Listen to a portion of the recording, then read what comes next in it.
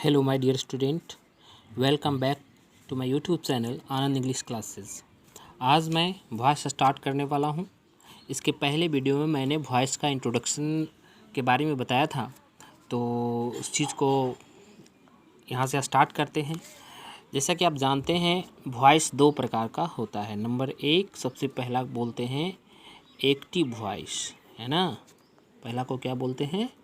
Active voice. और दूसरा जो इसका नाम है उसको बोलते हैं पैसिव वॉइस। ठीक है, अब इसका हम रूल्स आज स्टार्ट करेंगे। जानिए, रूल को ध्यान से समझिएगा। रूल्स को हम ट्रिक के अनुसार ले चलेंगे, पूरा डिटेल्स तो नहीं हो पाएगा। डिटेल्स जानने के लिए ऑफलाइन क्लास जब स्टार्ट होगा तो मैं उसमें आपको पूरा डिटेल्स बताऊंगा, बट इसको आप समझ लीजिए।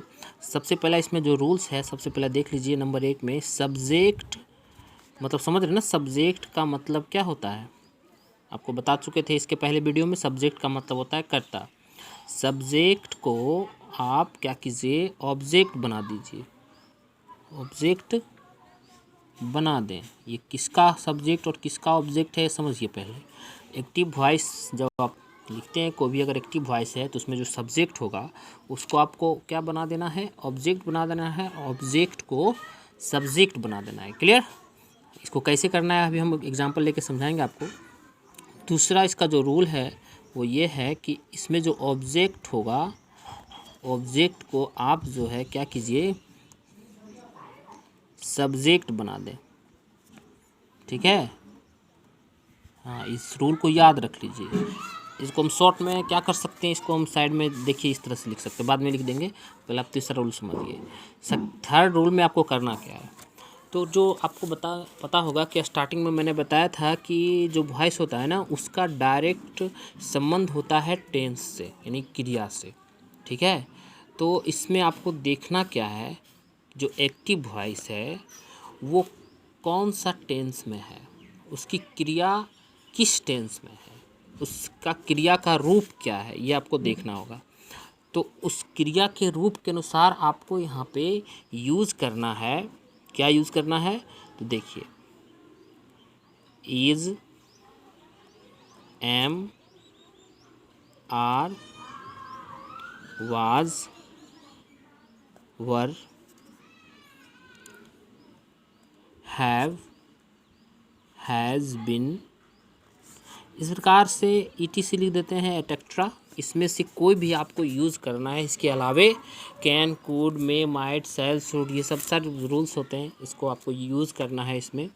उसके बाद, ये करने के बाद आपको करना क्या है, नंबर 4 में याद रखिए, जब आप ये यूज़ कर लेंगे तो क्या करना है, इसको V3 यानी वर्ब का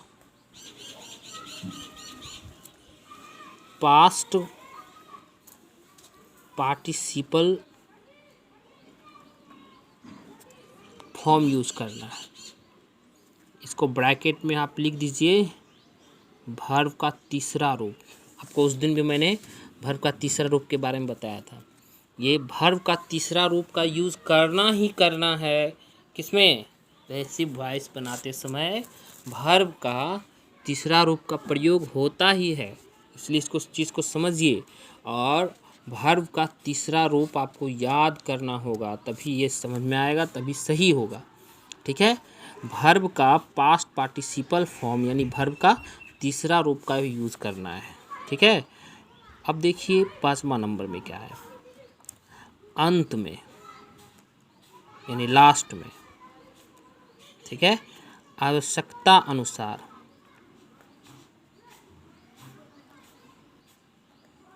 आवश्यकता अनुसार, है ना। बाय, ठीक है ना। ये बाय क्या है, तो बाय एक प्रीपोजिशंस है ना। बाय की जगह पे कभी कभी कोई दूसरा भी प्रीपोजिशन यूज हो जाता है और हो सकता है, बट बाय जो है ज़्यादातर यूज होता है, इसलिए आप इसको याद रखिए। Bye plus agent. एजेंट क्या है ये समझिए, इसको हम ब्रैकेट में लिख देते हैं ऑब्जेक्ट। ये जो आप स्टार्टिंग में बोले थे ना कि सब्जेक्ट को ऑब्जेक्ट बना दें, यही एजेंट है। ठीक है, उस सेंटेंस का एजेंट, इसे भी एजेंट का मतलब आप जानते होंगे कि क्या होता है, सदस्य। यानी कोई सेंटेंस है उसमें जो सब्जेक्ट है ना वो एजेंट होता है, वही पीछे जा कर के ऑब्जेक्ट बनता है। आप इसको ऑब्जेक्ट कह लें या फिर एजेंट कह लें, दोनों बराबर है, इक्वल है। तो बाय प्लस एजेंट जोड़ दें, है ना, बाय प्लस एजेंट क्या कर दें, जोड़ दें या लगा दें। ध्यान दीजिए यहाँ पे एक वर्ड है जिसको आपको समझना है, अंत में आवश्यकता अनुसार, ये चीज़ को समझिए, है ना, आवश्यकता अनुसार। इस चीज़ को लिखने का कारण क्या है, ये नहीं भी लिख सकते थे, डायरेक्ट हम बोल देते कि अंत में बाय प्लस एजेंट जोड़ दीजिए, लेकिन ऐसा नहीं होता है। आवश्यकता अनुसार लिखने का मतलब है कि बाय प्लस एजेंट यानी ऑब्जेक्ट तभी जोड़ें जब उस सेंटेंस में बाय प्लस ऑब्जेक्ट जोड़ने के लिए आवश्यक हो। यदि आवश्यक ना हो, बिना जोड़े उस सेंटेंस का अर्थ निकल रहा हो, तो आप उसमें बाय प्लस एजेंट ना जोड़ें, उसको रहने दें, सिर्फ जो है पैसिव वॉइस उसको बना दें और बाय प्लस एजेंट ना जोड़ें। अब यहाँ पे एक क्वेश्चन उठता है कि कैसे जानेंगे कि किस वाक्य में बाय प्लस एजेंट जोड़ना है और किस वाक्य में बाय प्लस एजेंट नहीं जोड़ना है, उस चीज़ को आप समझ लीजिए। चलिए यहाँ पर हम एक नोट में एक बात लिख देते हैं ताकि आपको कुछ समझ में आ जाए। ये नोट में जो लिखते हैं बात वो ये है कि कब हम बाय जोड़ेंगे और एजेंट जोड़ेंगे और कब हम बाय प्लस एजेंट नहीं जोड़ेंगे। तो याद रखिए कि जब, ठीक है, जब एक्टिव वॉइस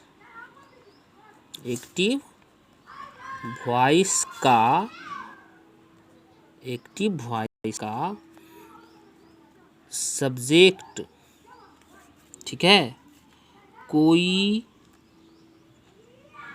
भेग्यू प्रोनाउन हो, भेग्यू नाउन या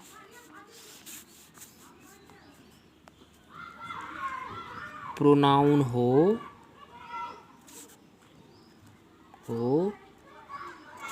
तो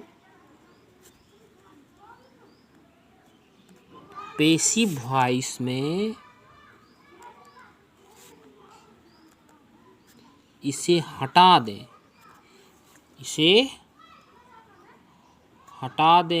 यानी जो आप बाय प्लस एजेंट यानी ऑब्जेक्ट लगाते हैं ना, है ना, बाय प्लस एजेंट चाहे ऑब्जेक्ट जो लगाते हैं उस चीज़ को आप ना लगाएं, ठीक है, इसको लगाना नहीं है, ठीक है ना। ये कब करना है, जब कोई एक्टिव वॉइस का सब्जेक्ट कोई भेग्यू नाउन या प्रोनाउन हो। अब यहाँ पे आपके दिमाग में एक क्वेश्चन उठ रहा होगा कि ये भेग्यू प्रोनाउन क्या है। देखिए, ये भेग्यू प्रोनाउन, भेग्यू मतलब होता है जो निश्चित ना हो, यानी जो अस्पष्ट ना हो, ओ अस्पष्ट, ठीक है, ओ अस्पष्ट। अब ये ओ अस्पष्ट कैसे जानेंगे कि ओ अस्पष्ट है, तो इसको आप ऐसे समझिए।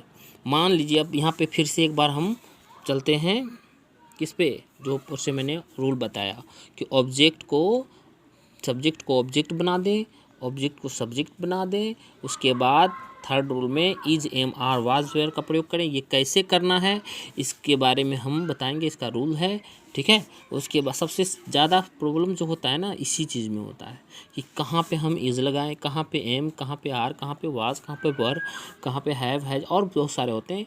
तो इस कहाँ पे इसका यूज़ करें ये चीज़ में समझ में नहीं आता। तो आज आपको एक ट्रिक बताएंगे, है ना, उसको आप समझिएगा आराम से, आपको ये आ जाएगा समझ में। तो चलिए बात करते हैं, आगे बढ़ते हैं हम। इसमें क्या बता रहे थे कि बाय प्लस एजेंट नहीं लगाना और कैसे जानेंगे कि कोई भेग्यू प्रोनाउन है। चलिए एक एग्जांपल लेते हैं। सबसे पहले हम एक एग्जांपल लेते हैं कि राम, एकदम इजी एग्जांपल ले रहे हैं ताकि आपको समझ में आए कि राम इट्स अ मैंगो। ये एक आपका एग्जांपल है, इस चीज़ को समझिए। इसमें सब्जेक्ट कौन है, तो आगे में सब्जेक्ट होता है, ये वर्ब है और ये आपका ऑब्जेक्ट है। अब चलिए रूल पर चलते हैं। क्या कह रहा है रूल कि सब्जेक्ट को ऑब्जेक्ट बना दें, ठीक है, और ऑब्जेक्ट को सब्जेक्ट बना दें। और इज एम आर इस सब का प्रयोग कर रहे हैं। तो चलिए हम करते हैं वही काम। आपका ये सब्जेक्ट है, ये वर्ब है और ये ऑब्जेक्ट है। ए मैंगो को आगे करते हैं, ए मैंगो आगे कर दिए, ए मैंगो। अब इसमें यहीं पे प्रॉब्लम आता है। क्या प्रॉब्लम आता है कि क्या यूज़ करें। Is am are was were have has है, ये सब में से कौन सा यूज करें। तो सबसे पहले बच्चे ध्यान दीजिए, यहाँ पे ध्यान देने वाली बात है कि जब भी कोई एक्टिव वॉइस आपके सामने हो तो सबसे पहला काम करना क्या है आपको कि ये जो वर्ब है ना इसको ध्यान से देखिए। क्या लिखा हुआ है, इट्स लिखा हुआ है, EATS। अब यहाँ पे याद कीजिए, मैंने आपको बताया था वर्ब का फॉर्म होते हैं। आप बता सकते हैं कि ये कौन सा वर्ब का फॉर्म है। तो एस लगा हुआ है, इसका मतलब है कि ये वर्ब का 5वां फॉर्म है ना। और आप जानते होंगे, अगर टेंस का थोड़ा सा नॉलेज है तो आपको पता होगा कि वर्ब का पहला और वर्ब का 5वां जो फॉर्म होता है वो सिर्फ प्रेजेंट इंडिफिनिट में यूज़ होता है, सिंपल प्रेजेंट टेंस यानी प्रेजेंट इंडिफिनिट में। तो आपको हम आगे रूल बताएंगे कि यदि एक्टिव वॉइस, ये कैसा वॉइस है, एक्टिव वॉइस है, यदि active voice present indefinite tense में हो तो पैसिव वॉइस बनाते समय इज एम या आर का प्रयोग करते हैं। आपको हम आगे बताएंगे इस चीज़ को, ठीक है, लेकिन अभी आपको समझाने के लिए बता रहे हैं। तो ए मैंगो है, सिंगुलर नंबर में है ये, तो इसके साथ इस तीनों में से इज एम आर में से कौन सा लगेगा। तो आप जानते हैं इज लगेगा, तो ए मैंगो इज, है ना, हो गया। अब देखिए तीसरा रूल में हो गया। चौथा रूल में आते हैं, वर्ब का पास्ट पार्टिसिपल फॉर्म यानी वर्ब का तीसरा रूप। तो इट का तीसरा रूप क्या होता है, इटेन होता है। इट का तीसरा रूप इटेन होता है, तो इटेन। अब यहाँ पे आपको हम अभी जो बता रहे थे कि बाय लगाना है कि नहीं लगाना है, तो इटेन इसमें लगाना है बाय, और यहाँ पे राम है ना, तो राम को यहाँ पे राम ही लिख दीजिए, ठीक है। अब यहाँ पे फिर से चर्चा करते हैं कि अभी जो मैंने आपको बताया कि किसी वाक्य में बाय नहीं लगाते हैं और किसी वाक्य में बाय प्लस एजेंट यानी ऑब्जेक्ट जोड़ देते हैं। इसमें एजेंट कौन है, तो राम है, उसको हम पीछे कर दिए हैं, इसी को ऑब्जेक्ट कहते हैं, ठीक है। अब फिर से हम इसको की चर्चा करते हैं।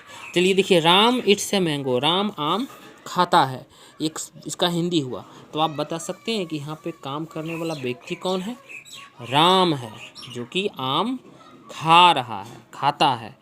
तो अगर इसका नीचे वाला का अगर हिंदी करें, इसका जो पैसिव वॉइस बना इसका अगर हिंदी करें तो इसका हिंदी क्या होगा, इसका हिंदी होगा कि एक आम खाया जाता है, किसके द्वारा, तो राम के द्वारा। यहाँ पे जो सब्जेक्ट है बच्चे राम, ये सब्जेक्ट वैग्यू नहीं है, यानी वो अस्पष्ट नहीं है, बल्कि ये क्या है, अस्पष्ट है कि आम को खाने वाला कौन है, तो राम है। अब हम बात करते हैं कि यदि हम इसको हटा दें, ठीक है, यहाँ पर जो है बाय प्लस राम ना जोड़ें, इसको हम अगर इस तरह से हाइड कर दें, है ना, इसको अगर हम हाइड कर दें तो इसका हिंदी क्या होगा, ज़रा इतना दूर का हिंदी बताइए। तो इसका हिंदी होगा कि एक आम खाया जाता है। अब अगर आपसे पूछें कि कौन खाता है, तो क्या आप बता सकते हैं कि राम खाता है। मान लीजिए कि ये नहीं है, ऊपर का सेंटेंस लिखा हुआ नहीं, आपको डायरेक्ट ये सेंटेंस दिया गया है और आपको पूछा गया कि बता सकते हो कि आम खाने वाला कौन है, नहीं बता सकते, क्योंकि इसमें जो है ना सब्जेक्ट, आप ये नहीं बता सकते कि राम ही आम खाने वाला है, ठीक है। इसलिए यहाँ पर बाय लगाना ज़रूरी है कि हमको पता होना चाहिए कि आम खाने वाला व्यक्ति कौन है, राम है। अब चलिए दूसरा एग्जाम्पल लेते हैं। देखिए, समवन, समवन मीन्स क्या होता है, समवन मीन्स होता है कोई, someone it's a mango. Someone एक इंडिफिनिट प्रोनाउन है और निश्चयवाचक सर्वनाम। कोई आम खाता है। अब इसको हम बनाते हैं, ये हो गया आपका एक्टिव, इसको बनाते हैं हम पैसिव करते हैं। तो इसका पैसिव बनेगा कि अ मैंगो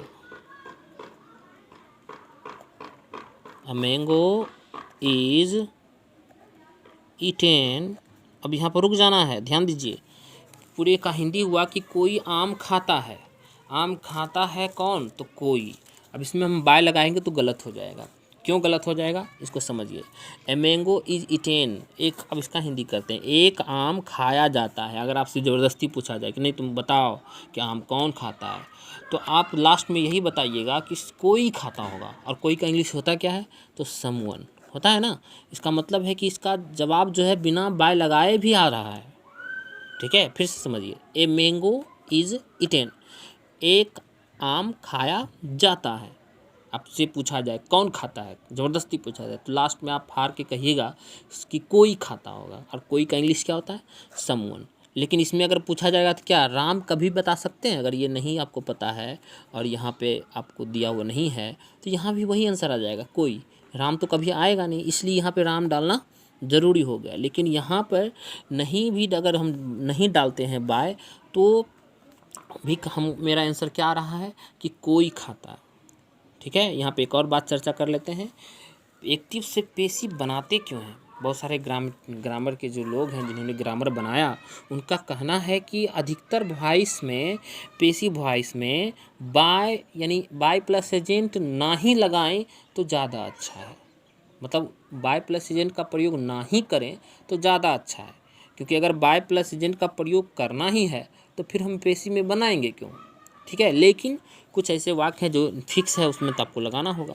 चलिए, ये तो हो गया, आ गया माइंड में। तो कौन कौन से वैल्यू प्रोनाउन है, देखिए समवन जिस तरह है ना, तो इस प्रकार से बहुत सारे उदाहरण हैं जो कि हट जाता है। तो कौन कौन से हैं सो समझ लीजिए। जैसे समवन, ये भी हट जाता है ना, इसके जैसा जो भी आएगा, एनीवन, ठीक है, समबडी, ठीक है, समबडी, और एनीबडी,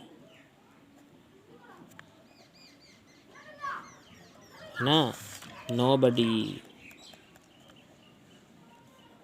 नोबडी, और उसी प्रकार से आप देख लीजिए, जैसे पीपल, ये भी हट जाता है क्योंकि पीपल का मतलब होता है लोग। उसी प्रकार से अर्थ के अनुसार कभी कभी पुलिस, है ना, डॉक्टर, रॉबर, ये भी कभी कभी अर्थ के अनुसार हट जाता है। और कभी कभी क्या होता है ना, कुछ वैल्यू प्रोनाउंस हैं जैसे वी, ये भी कभी कभी हट जाता है। यू, है ना, ये भी कभी कभी हट जाता है। जब अर्थ में, जब वाक्य में इसका प्रयोग ज़्यादा ज़रूरी ना हो तो इसको हटा देते हैं। उसके बाद फिर यूज करते हैं हम क्या, जैसे दे, ठीक है, ये भी हट जाता है। ठीक है, ETC कर दीजिए। इस प्रकार से कुछ ऐसे प्रोनाउंस हैं जो हट जाता है। ठीक है ना। चलिए, अब हम बात करते हैं कि इसको बनाते कैसे हैं। ये तो आ गया माइंड में आपको। तो अब इसका कुछ रूल है, तो रूल इसको आप हमको जो है ना थोड़ा सा ट्रिक में ही चलते हैं, क्योंकि पूरा एक्सप्लेन में चलेंगे तो बहुत बड़ा क्लास हो जाएगा। इसलिए इसको हम ट्रिक के अनुसार ही लेके चलते हैं ताकि आपको समझ में आ जाए। देखिए, सबसे आसान तरीका जो एक बार अगर आप याद कर लेते हैं तो आपको पूरा टेंस का जो रिलेटेड वॉइस है वो कंप्लीट हो जाएगा। एक साइड में लिखते हैं हम एक्टिव, एक्टिव वॉइस, ठीक है। इस साइड में लिखते हैं पैसिव वॉइस। देखिए, ये अगर तरीका आप याद कर लेते हैं ना बच्चे, तो आपका जो है एक बार में आपका कंप्लीट हो जाएगा। टेंस का जो भी प्रॉब्लम है, समस्या है, एकदम इजी है। सबसे पहले समझिए, जो एक्टिव लिखे हैं और जो पैसिव लिखे हैं क्या है। यदि एक्टिव वॉइस जो है कौन सा टेंस में हो, सिंपल प्रेजेंट टेंस आपको पता अगर है तो उस भी आप समझ सकते हैं। नहीं भी पता है ना, तो चलिए ऐसा ट्रिक लेके चलते हैं कि नहीं भी पता है फिर भी आपको डायरेक्ट आप याद कर लीजिए, है ना। डायरेक्ट ये ऐसे तरीका ये सही नहीं है, बट आपको एकदम ये गलत भी नहीं होगा, ये बात फिक्स है। देखिए, सबसे अच्छा तरीका है, यदि आप एक्टिव वॉइस में ना लगा देखिए V1 या V5, देखिए कितना अच्छा तरीका है। यदि एक्टिव वॉइस में क्या लगा देखिए, V1 या V5। अगर आप एक्टिव वॉइस आपके सामने दिया हुआ है और उसमें ना क्या यूज़ किया गया है, V1 या V5, ये तो आप समझ सकते हैं कि V1 मतलब वर्ब का पहला रूप और V5 मतलब वर्ब का पाँचवा रूप। वर्ब का पाँचवा रूप में क्या हो रहा है, तो SCIST अगर ये लगा रहे ना बच्चे, तो आप क्या कीजिए ना, डायरेक्ट जो है उसमें आप इज़, एम और आर का प्रयोग कर दीजिए। देखिए, आपको ये जो तरीका बता रहे हैं ये ऐसा तरीका होता नहीं है, बट ये गलत नहीं होगा अगर आप याद कर लें। और आपके लिए ना ये बहुत ही आसान होगा याद करना। इसे तो देखिए क्या इसमें रूल क्या है, ये जो V1 या V5 है ये सिंपल प्रेजेंट टेंस यानी प्रेजेंट इंडेफिनिट टेंस इसको कहते हैं। आपको जब डिटेल्स में बताएंगे तो उसमें हम ये बताएंगे कि प्रेजेंट इंडेफिनिट टेंस का अगर एक्टिव वॉइस रहे तो पैसिव वॉइस बनाते समय उसमें हम इज एम आर का प्रयोग करते हैं। तो हो सकता है बहुत सारे स्टूडेंट हों जिनको कि टेंस नहीं समझ में आया हो या फिर नहीं पता हो, तो और वो भी अगर चाहते हैं, और जो नहीं जान रहे हैं वो भी अगर सीखना चाहते हैं तो इस तरीके से सीख सकते हैं। देखिए कितना ये तरीका है। आप डायरेक्ट याद कर लीजिए क्या, V1 या V5, और उसके बाद क्या इसमें लगा दीजिए इज एम आर। क्लियर। देखिए अब देखिए दूसरा V2 लगा रहे। V2 का मतलब होता है वर्ब का दूसरा रूप। अगर एक्टिव वॉइस में V2 लगा रहे तो आप उसमें क्या यूज़ कर दीजिए पता है। देखिए कितना इजी तरीका है, वाज या वेयर।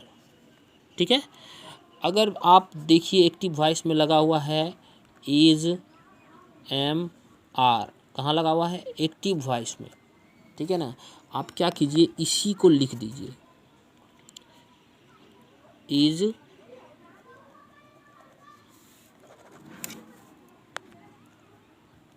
एम आर को ही लिख दीजिए, और इसमें एक एक्स्ट्रा चीज़ जोड़ दीजिए, बीइंग। एक वर्ब है ये, बीइंग जोड़ दीजिए। ठीक है, आगे माइंड में देख लीजिए, इज एम आर और प्लस क्या जोड़ दिए हैं, बीइंग। अब अगर आप इधर एक्टिव वॉइस में वाज या वर लगा रहे, आप इसको भी लिख दीजिए पैसिव वॉइस में बनाते समय, वाज वर। इसमें आप क्या कीजिए, एक्स्ट्रा चीज़ कुछ नहीं, बस बीइंग ही जोड़ देना है। ठीक है, देख रहे हैं, समझ में आ रहा है ना। अब देखिए ठीक है, उसके बाद अगर इस साइड में हैव या हैज़ लगा रहे तो आप क्या कीजिए, इसी चीज़ को लिख दीजिए, हैव या हैज़, और इसमें जोड़ दीजिए आप बिन। यदि एक्टिव वॉइस में हैड लगा रहे तो इसमें क्या कीजिए, हैड लिख दीजिए और इसमें जोड़ दीजिए बिन। और यदि एक चीज़ में पहले छूट गया था, पर फ्यूचर कंटिन्यूअस ना, अगर लगा रहे शैल या विल तो इसमें क्या करना है, इसी को लिख देना है, शैल या विल, इसमें जोड़ देना है बी। ठीक है, शैल विल और जोड़ देना है क्या, बी। उसके बाद यदि शैल या विल लगा रहे और लगा रहे इसमें बी इस साइड में, तो आपको इसी को पूरे को लिख देना है, और शैल विल और प्लस बी लिख देना है और प्लस जोड़ देना है बी। देखिए ये क्या है ना, टेंस अगर नहीं आ रहा है आप पूरा रट करके भी इस चीज़ को आप समझ सकते हैं। ठीक है, और अगर कुछ आ रहा है टेंस और नहीं, मतलब क्या बोलते हैं उसको, नहीं आप चाहते हैं उतना दिमाग लगाना, तो आप डायरेक्ट याद कीजिए। V1 या V5 रहे तो क्या लगा देना है, इज एम आर। V2 रहे तो वाज वेयर। राइट, ये रट लीजिए पूरा, है ना। वैसे अगर देखा जाए तो इसको आप दूसरे तरीके से अगर पढ़ना चाहते हैं, जैसे मान लीजिए अगर इसको दूसरे एक्सप्लेन करके लेके चलें तो एक एक पार्ट को लेके चलना होगा। ठीक है, जो कि इसके लिए बहुत लंबा वीडियो और बहुत ज़्यादा टाइम लग जाएगा, और इंटर में तो उतना आता नहीं है वॉइस जो कि जिसके लिए कि हम जो है 1-2 मंथ टाइम दे दें, है ना, ताकि इसको ऐसा सीखें ताकि नंबर आ जाए और काम हो जाए। ठीक है, और फिर जब ऑफलाइन क्लास होगा उसमें तो डिटेल्स में हम लेके चलेंगे ही, लेकिन इसमें समझ लीजिए V1 या V5 रहे तो इज एम आर लगा दीजिए, V2 रहे तो वाज वेयर लगा दीजिए, इज एम आर लगा रहे तो is am are plus being जोड़ दीजिए। ठीक है, वाज वेयर रहे तो वाज वेयर प्लस बीइंग जोड़ दीजिए, हैव हैज रहे तो हैव हैज प्लस बीइंग जोड़ दीजिए, हैड रहे तो हैड बीन जोड़ दीजिए, शैल विल रहे तो शैल विल लिख करके बी जोड़ दीजिए, और शैल विल बी रहे तो शैल विल बी प्लस बीइंग जोड़ दीजिए। आप यहाँ पर अगर केयर करना चाहते हैं तो देखिए ये क्या है, is am are was were, ये प्रेजेंट कंटिन्यूअस है इज एम आर, और पास्ट कंटिन्यूअस है वाज वेयर। ठीक है ना, ये दोनों को उसी जैसा लिख दिया जाता है, उसमें बीइंग लगता है। ठीक है, इसमें बहुत सारा ट्रिक और है, बट ये सबसे इजी तरीका है आसानी से समझने का। अभी एक एग्जाम्पल लेके चलते हैं, है ना, एग्जाम्पल लेके चलते हैं तो देखिए होता क्या है। चलिए हम लिखते हैं, एक चीज़ यहाँ पे आपको एक और चीज़ जानना है। चलिए यहाँ पे हम लिखते हैं ही, है ना, ईट्स अ मैंगो। देखिए ये सब्जेक्ट हो गया, ये हो गया वर्ब और ये हो गया ऑब्जेक्ट। अब बताइए ये इट्स कौन सा रूप है वर्ब का? तो ध्यान से देख रहे होंगे तो आपको पता होगा कि ये इट्स जो है वर्ब का 5वां रूप है। अब आते हैं इधर, इसमें कहाँ पे एक्टिव वॉइस में कहाँ पे V1 या V5 कहाँ है? तो देखिए सबसे ऊपर में ही है V1 या V5 लिखा हुआ है ना, तो यानी यही रूल है। ठीक है, मिल रहा है ना। पहले वर्ब को देखना है, इधर देख लेना है कि कौन सा मिल रहा है, उसके बाद इसका रूल देखना है कि बनता कैसे है। तो EJMR लगेगा, माइंड में रख लीजिए, याद रख लीजिए कि जब बनाएंगे ना ये सेंटेंस को तो इसमें क्या लगेगा, EJMR लगेगा। अब चलिए रूल हम पे चलते हैं। रूल क्या है देखिए, सबसे अच्छा तरीका रूल का, ये भी ट्रिक लेके चलिए। सब्जेक्ट को ऑब्जेक्ट बनाइए, ऑब्जेक्ट को सब्जेक्ट बनाइए, EJMR ETC का प्रयोग कर दीजिए। वर्ब का तीसरा रूप लगाइए, ज़रूरी हो तो बाय प्लस ऑब्जेक्ट जोड़िए। कितना ईजी है, देख रहे हैं। इसको ऐसे भी लिख सकते थे, और उसको पहले जो मैंने लिखा वो भी है, उससे भी ज़्यादा डिटेल्स में है, बट वो आपका ऑफलाइन क्लास में होगा। चलिए हम मैंगो को आगे करते हैं।